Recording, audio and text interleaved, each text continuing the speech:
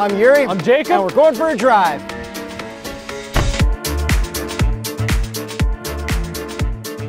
'20 Genesis G90. 5.0 Prestige all-wheel drive. With no launch control. But send it anyways.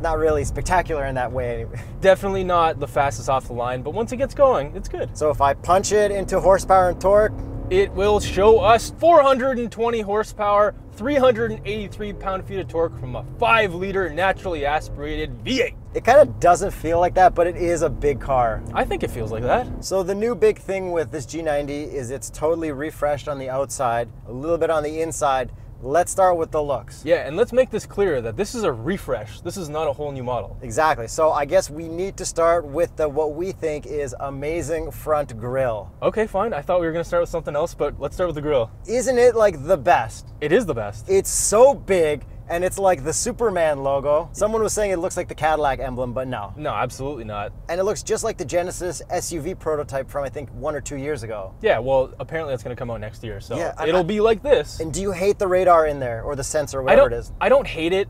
I don't like it. I actually do like it now because they do such a good job of disguising it that like at a lot of different angles, you can't even notice it. Yeah, but at some you can definitely notice it. That's the thing that bothers me, but I'm still fine with it. But if they moved it any lower like they do on Audis, it may get filled up with snow in the winter and you may lose all that awesome lane keep stuff, which we'll talk about later because this does have the best lane keep of any car, especially better than Tesla, but we'll talk about it later. Yes. And if you're watching without subscribing, do us a favor, subscribe and hit the notification bell. Then the next big thing is the headlights. The headlights are so good. I love them. The way the line goes across, they're like cross-stitched in there, but a lot of people are saying they look like the Volvo Thor's hammer headlights. I see the resemblance just because they put it right down the middle, but that's it. Like, it ends there. Yeah, so like the Thor's hammer one, the line extends into the middle of the car where this one extends out to the side, and then this doesn't have a vertical bar like the Thor's hammer. So like while people say it, they're wrong. Yeah, this is like Thor's ice pick, if you want to call it that. people are just grasping at straws to compare Genesis, Hyundai, and Kia like other companies, but like pretty much they're so dead wrong. But I mean, there are some similarities, but like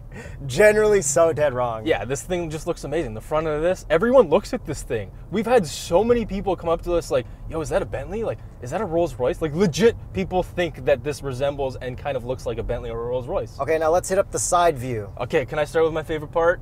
The wheels? Yes. Okay, go for it. They're so good. Wheels of the year, possibly of the last 5 years. Wheels of the year for something that's not the Mercedes AMG 63 Coupe. Yeah, well, yeah. Like, it's the monoblocks are, yeah, the monoblocks are incredible, but these are, I think I like these more. I think I like the original monoblocks more than the refresh monoblocks. I'm just happy that the monoblocks are back. These wheels remind me of that Toyota. Oh, yeah, the Century. The Century. Yes. This car looks Century-ish. It does. But like in a very good way and in an original way. Yeah, exactly. And they have that G matrix, whatever they're calling it, cross hatch pattern. So it's in the wheels, it's in the headlights, it's in the grille, it's kind of everywhere now. I love it. And what is the Continental recommended tire for the G90? It's actually the tires that we're currently driving on, the Conti Pro Contact. So we just want to remind you guys to get your winter tires on as soon as possible because you don't want to be that person who gets stuck in the snow and causes traffic on the first snowstorm. Yeah.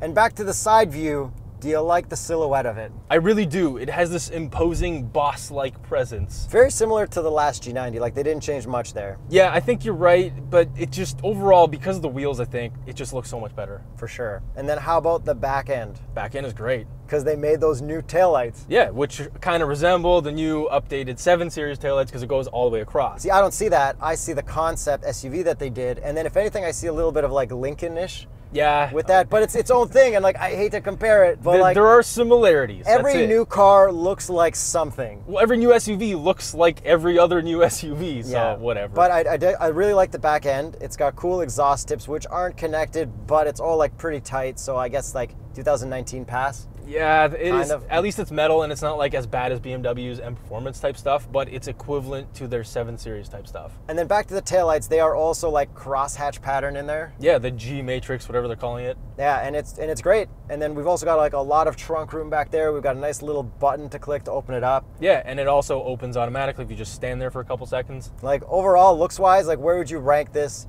in the luxury sedans. I guess this would be 7 Series, S-Class. Yeah. That big Volvo we drove, kind of. There's a bunch of them. I think this ranks definitely up at the top, near the top, just because of the wheels and the front end. Yeah, I totally agree with that grille, these wheels. This thing is striking. Like, I can't stop looking at it every time I park it. I just don't really care for this color. I think they need something that's got more like metallic or pearl that really makes the body lines pop. Yeah, this would almost look better in like a silver type thing. And I hate Yeah, saying that, exactly. but it kind of would. So I also rank this near the top. I mean, look at it. Everybody looks at it. Looks-wise, I think I would like this over an S-Class because it's like more new, and then definitely I like the looks of this over a 7 Series. I totally agree. Like, I actually like this more than the new S-Class now. And then I like this more than the S90 that we drove. Yeah, for sure. A Maybach is obviously cooler. Yeah. The next big thing that they did in here is the interior, and it may not seem like a big deal, but they added a touchscreen to the screen. You're welcome, people. I complained about this last time in our previous G90 review, and they fixed it. So now it has a scroll wheel, all the buttons, kind of like a Mercedes does, kind of like a BMW, but it's got a touchscreen. It's got Apple CarPlay, rewinding satellite radio stations, Android Auto, wireless charging, hard buttons for everything, volume knob, tuning knob. So they kind of did everything absolutely perfectly right. Yes, they did. Like, if I compare the Apple CarPlay in this to the Apple CarPlay in a Porsche, this goes widescreen and the buttons are huge. In the Porsche, it's tiny, but it's like the same size screen. And unfortunately, I don't have full widescreen Android Auto. And I think we complained in previous Genesis videos that they didn't do enough to differentiate the infotainment screen, like the skin on it, but they fixed all that. They did. They skinned it way better. And it looks so good, so luxury. Like, there's still some stuff they can do to make it even more different, like maybe if they change the menu structure a bit. Yeah, I agree. But like the functionality, the way you move the wheel left, right, up, down, like it's so intuitive, it's perfect. And you can customize so many different things. You can customize your drive modes. You can customize like basically everything you can think of is pretty much in there. And then another thing that I love about this, which makes it the best again, is the reverse 360 camera. So like the Kia Stinger, we can see the front wheel and the back wheel, which makes it a dream for parking. And seeing the front wheel and back wheel, it's on an angle, so it always looks like you're super stanced when you're looking through the camera. Have you noticed that? Yeah, yeah, it's so sick.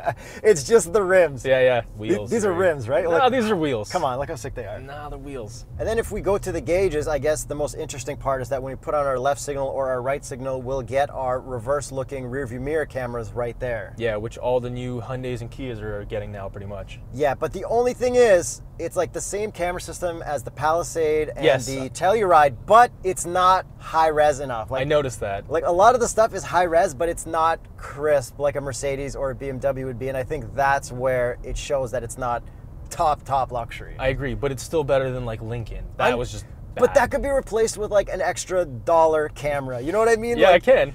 And it's just such a small $1 to the company, because yeah. Yeah, I mean, you probably have to pay another $10, $15 Probably for it. $1,000. But I think if they did that, it would improve the luxuriness of it a lot. And you still have the analog gauges, which are nice and clear, but they're not as impressive to other people and even to yourself as like the S-Class. Yeah, and then like the head-up display is also very good, very informative, but it's the same across all of Hyundai, Kia, Genesis. They need to differentiate more to really like lock this car in. And there's also a couple other image things that I think they should do to make this car really pop, but we'll talk about that with you behind the wheel. All right, let's get me into the driver's seat. All right, so I am in Yuri's position and I am uncomfortable, so I'm gonna hit my smart posture button. So this thing pops up on the screen. So I set my height, which I am 6'1.5", so I have the option of 6 to 6'1", and then 6'2" to 6'3". 6'2" to 6'3" is too much, so I'm gonna go to 6 to 6'1". Lucky for me, I've got between 5'8" and 5'9", which is 5'8.5". Exactly. So I got my pant inseam length. I'm just gonna guess probably around 34, maybe 36. Let's leave it at 34. Is that not like your pant size for like jeans? No, that's your waist. All right. That's your length. So like you're 30 by whatever it is. That's what that is. Okay, I'm 32 by 32. There you go. Okay, so set my weight 176, 197. You're 197? I'm in the nature of 190 to 195, depending on how many burritos Hit posture I eat. analysis. Okay, posture analysis. Here we go. Says I'm in a bad posture. Does that feel better? It feels perfect. I did the same thing, but it like threw me straight up. You know what? I kind of want to be lower. Just there's no gangster setting. This needs a gangster setting. If you're listening to channel 44, Yeah. then it'll drop your seat way lower and way back according to your look. posture. When you actually move it, it says you are in the recommended posture, and if I move it back, it strains my back. move But if forward a I little keep bit. going, Then it's red. yeah, it's cool. Okay, move forward more then. Relatively healthy. I'm gonna go with relatively healthy. Let's save that. Actually, I can save it right through here. So I'm gonna save that as setting 1 and hit OK. I've never seen that in any other car. Me neither. It's actually really, really impressive. Okay, let's get rolling. Here we go. Don't even bother with the launch. Just push it. I will. Definitely naturally aspirated power. It's very linear. You have the same power basically all the time. There's no turbos to wait to spool. There's nothing like that. It definitely feels nice once you're already driving, but off the line, like, they really ease you into that power. I agree. Now, this is all-wheel drive, so it does launch pretty much the same all the time, but it's nothing like substantial. Do you think this power can compete with BMW and S-Class power? No. Exactly. But I mean, for the price difference, I think it's totally reasonable. Exactly. Is this speed? That's because there's a huge price difference. This is actually a bargain. And how about handling, since we're at Cliche Corner? Might as well find out. Let me guess, a boat. No, I'm going to put this into comfort. Or should I do sport? Let's do sport. All right, let's send full sport. It's not bad.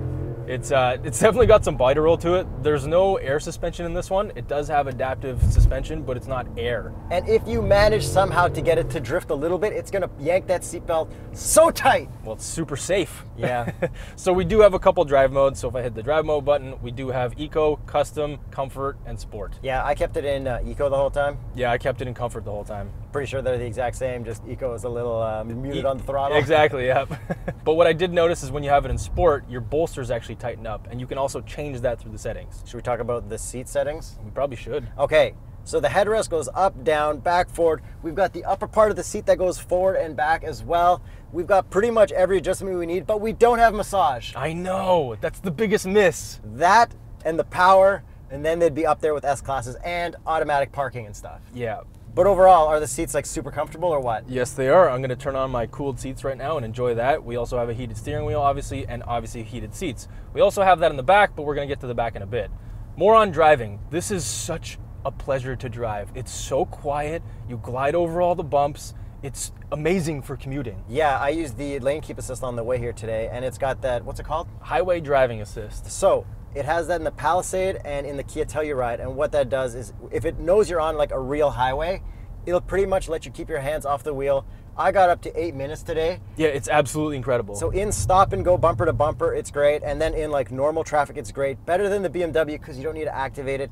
I think better than a Tesla. Well, there's no eye tracking because in the BMW. Exactly, and then Tesla, like I'm pretty sure if you take your hands off the wheel too many times, it learns that you're not paying attention and then like forces like the times to be shorter. Like this is the best. Like if you have a crappy commute and you haven't tried using one of these in there, like you're insane. Yeah, this is actually amazing. Like this is lane keep assist of the year for sure. Yeah, and then if you put the speed to the speed limit, it goes to green and says auto speed. So I think what it does there is it adjusts the speed if you go from like 100 on a highway to like 80 in a construction zone and whatever. Yeah, a lot of luxury cars have that now. But the highway driving assist, which is amazing, does not work when you're going from one highway to another. So like those big sweeping on-ramps, you see the HDA logo disappear because it's not registering it as a real highway. Yeah, that kind of makes sense though, but that's probably where Tesla would have this. Yeah, and then if you're on a normal road, like a farm road in stop and go traffic, you're probably gonna have to put your hands back on the wheel more because it's not a registered highway for the HDA. That's right. So let's talk about this transmission. 8-speed auto, and it shifts so smoothly. Like you just glide through gears in the same way that like a CVT glides through gears, except this isn't annoying. This is just great. And we've got paddles. Yeah, and they're nice, high quality metal paddles. And back to power for a little bit. This does have the 5-liter V8, which we already said, but you can get the 3.3 twin turbo as a special order, but you can't get it from the website. Why would you get that? Exactly. So just don't option that. You'd save yourself a couple thousand, but this is already so cheap that just don't.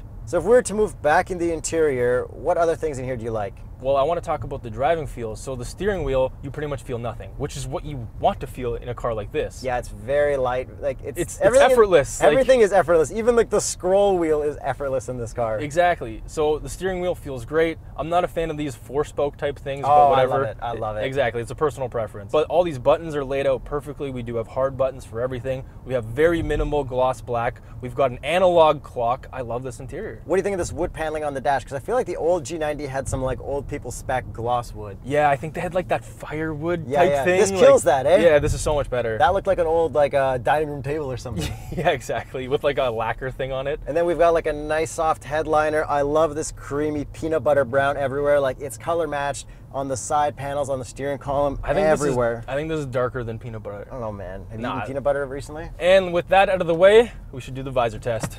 All right, 3, 2, 1. Yes. Perfect, all the way to the edge. Amazing. And then small cup of coffee. It's a fail because the lid hits all this outer stuff, which I think was the same in the last one. Yeah, so that's a fail. So maybe on the full refresh. And then it does rewind satellite radios, but does not have tune mix. I'm very disappointed. Guys, get tune mix. And then we also have interior lighting in here. Not too many color options, and it's not like too spectacular. It definitely has nothing on Audi, Mercedes, or BMW. So let's talk about the back seats now. Very comfortable. You have adjustable seats, memory seats back there. The middle seat goes down into an armrest. And they are heated and cooled. You can move the front seat forward to get ultimate legroom in the back. The back seats are amazing, but there's nothing that impressive back there. You know what I mean? Yeah, there's no it's just, like little table. And yeah, no gimmicks. it's just really comfortable to sit back there. That's it. We got the rear peasant blocker and on the side.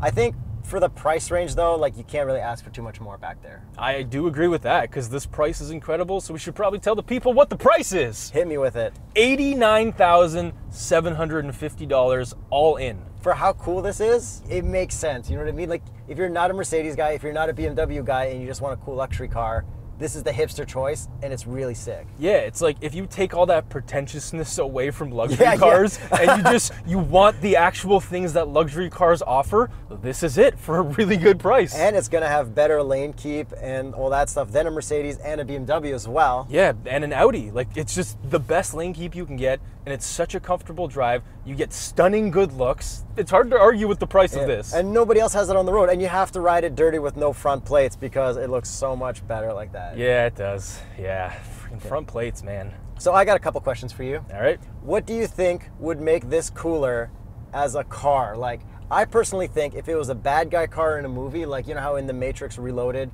they were driving the Cadillacs and stuff? Okay. And then like Fast and Furious, there's always S-classes like jumping off like cliffs, chasing people down. Yeah. Or maybe like a good celebrity endorsement. I think it'd be really funny if they poached Matthew McConaughey from Lincoln and be like, they used to pay me to drive a Lincoln, but now I drive a Genesis. Now they pay me to drive a G90. I think rappers, if they started driving this stuff around. Yeah. Or if they started getting like modified and putting in like rap videos like bouncing around and stuff. Yeah, like if Post Malone wasn't saying like, yo, G-Wagons and stuff, he was saying like, yo, G90s, like he could pull it off. Yeah, and like it would look awesome in music videos too. Yeah.